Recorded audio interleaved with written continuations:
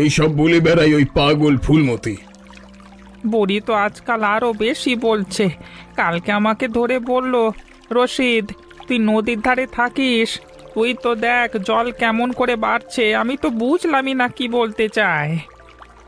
ওর মাথা খারাপ হয়ে গেছে। এই বয়সে একা থাকে, কেউ নেই। তুই ওর কথায় কান দিস না।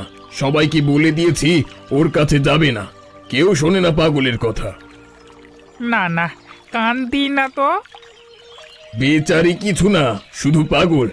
যাক ওর কথা বল। কাল হাটবাড়ি কত মন মাছ নিয়ে যাবি? আমি ভাবছি এবার শহরেও মাছ পাঠাবো। রহিমের গাড়িতে চাপিয়ে দিলেই হলো। 4-5 মণ তো হবেই। নূরকে বলেছি রাতে আবার জাল ফেলতে, সকালে তুলবো। দাদি, কি করছো এত সন্ধ্যেবেলায়? এত কলা গাছের খোল দিয়ে কি হবে? বস বাবা নূর, তুই আসবি জানতাম। তোর বাবা তো আর আসে না মাতব্বরের ভয়ে, তুই আসিস তাই তোকেই বলি। এই খোলগুলো জোড়া দিয়ে ভেলা বানাচ্ছি। জল যখন আসবে এই ভেলাতেই ভাসবো। জল আসবে মানে? নদী তো শান্ত আছে দাদি। আমি তো রোজ নদীতে যাই বাবার সঙ্গে। গতকালও গিয়েছিলাম, নদীর পাড় শুকিয়ে গেছে দেখলাম। পশ্চিমের আকাশে যে মেঘ জমেছে, ওটা সাধারণ না রে বাবা। সত্যি দাদি? কিন্তু মাতব্বর কাকু তো বলে তুমি পাগল। কালকে হাটের মধ্যে তোমাকে নিয়ে হাসাহাসি করলো সবাই। আমার খারাপ লাগলো। এইসব বলে বেড়াই ওই পাগল ফুলমতি। বুড়ি তো আজকাল আরো বেশি বলছে।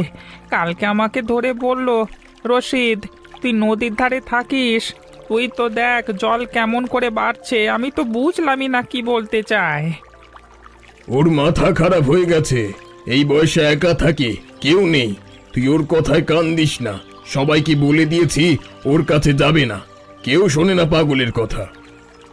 না না, কান দিই না তো। বেচারি কিছু না, শুধু পাগল। যাক ওর কথা বল। কাল হাটবাড়ি কত মন মাছ নিয়ে যাবি? আমি ভাবছি এবার শহরেও মাছ পাঠাবো। রহিমের গাড়িতে চাপিয়ে দিলেই হলো। 4-5 মণ তো হবেই। নূরকে বলেছি রাতে আবার জাল ফেলতে, সকালে তুলবো।